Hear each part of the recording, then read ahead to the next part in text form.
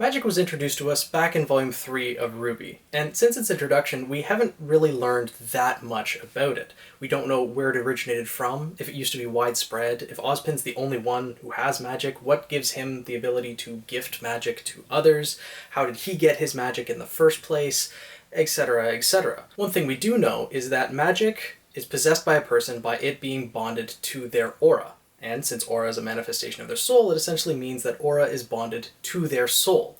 And one thing I've always been curious about is there a limit to that? Is there a limit to the amount of power that a person's soul can withstand? Or that a person can only have so much power before it drives them insane or ends up destroying them?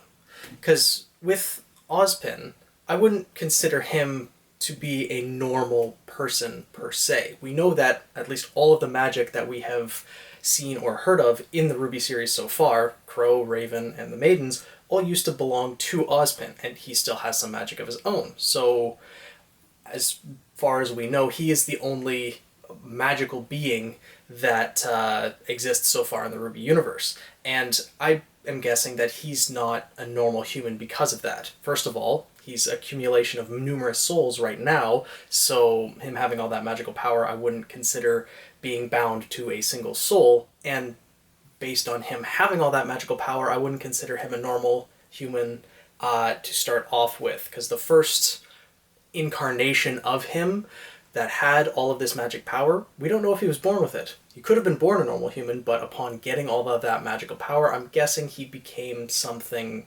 more than human, as it was stated in the World of Remnant episode that focused on aura, when they said that your aura can make you something more than human. It showed a little outline of Ozpin, which, in my opinion, implies that either Ozpin, well, first of all, Ozpin is something more than just a human, but maybe he unlocked all of the secrets of aura or semblance or something, and that allowed him to get all of this magic. But as for someone who just inherits the maiden powers, for example, I initially thought that, that was the limit, that one person could only have just the maiden powers. But, as we know of since Volume 5, that people can have more than just the one set of maiden powers, based on Raven and Cinder. Because Raven was gifted the ability to turn into a raven, into a bird, by Ozpin, and she's also the Spring Maiden. Granted, the two magics aren't the same type, but it's still both magic that's in the human body and bonded to her soul. So with that, it puts it that she has more magic than just a base maiden. And same with Cinder. During the fight that she had with Raven, she, what appeared to at least, took a little bit of Raven's power and took it as her own. So she now has the Fall Maiden's power plus a little bit of the Spring Maiden's power. So her body can withstand more than just the initial Fall Maiden's power. And that opens up the possibility that someone could have two Maiden's powers. But that has never happened throughout RWBY's history, throughout Remnant's history. And we know this because Crow has said that there's always been 4 maidens. Now, because of that, I believe that Ozpin built in sort of a rule with the powers, along with the other rules that we already know about the powers transferring. We know that it has to transfer to a young woman, it can't go to an old woman or a guy, it will go to the last person that the person was thinking about if it's a young woman, or someone random if they were thinking of someone ineligible. But my guess is that when the powers transfer, it also cannot go to someone who already has maiden powers. Otherwise, I think we would have seen that. With the 4 initial maidens being sisters, it seems logical that when one of them dies, they might think of one of their other sisters who's still living, and thus one person would end up getting more power. Now, it makes sense to keep all of the maidens separate, because if one person got 2 maidens' powers, and if they went rogue, they'd be able to overpower anyone else who could stop them. Whereas if only one maiden went rogue, the other 3 could then team up and stop them. That does make sense. But what if that rule was put into place because the normal human soul, the natural-born human, could not withstand 2 maidens' powers?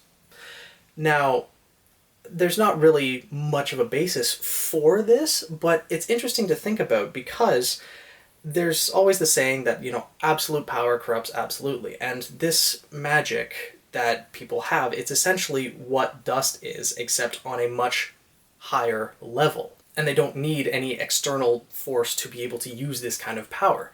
Then this also brings up the point that even though Cinder did take what we assume is part of Raven's power, and so her power in the fight would have been a little bit higher than Raven's. She would have had more elemental power than Raven's, and yet Raven still won the fight.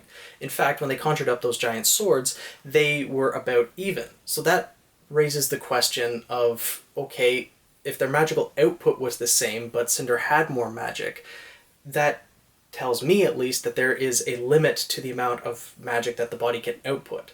So why couldn't there be a limit to the amount of magic that the body could input or have within it at one time? That's initially what got me thinking about it, and with Cinder stealing the powers, this is the first time that one person has possessed more than one maiden's power, even if it's just a portion of the second maiden's.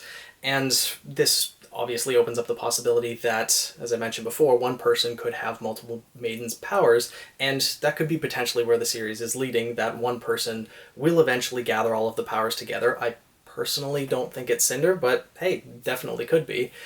And then that's one enemy that everyone is going to have to overcome. With that, though, that would be a little bit too overpowered if all of the magic in Remnant is just from Ozpin, given to the maidens, and then small portions here and there to like Brave and Crow. That would make that one person who has all that magic extremely overpowered, because as we've seen so far, Salem hasn't displayed any portion of magic. She controls Grimm, but we don't know if that's through magic or just through some other birthright or some other corruption or something that she has. So that raises the question, if a person got 2 maiden's powers, 3 maiden's powers, 4 maiden's powers, would they be able to hold that power? Because we saw that when Cinder got her maiden powers, she rose up into the air and had power essentially bursting out of her. And yes, that was only momentary, and it didn't seem like it affected her negatively in any way, but if someone had all of these powers stacked on them inside their body, could their body actually withstand that? Could their soul withstand that? Because as I said, Ozpin is a special case, but we don't know anything about what would happen to a regular human. And personally, I'd like to believe that one person, one normal person, could not take that kind of power. And yeah, that could be argued against by saying, well, Cinder tried to steal the second maiden's power, and Salem wouldn't have given her the power to do that if she didn't think that Cinder would, survive.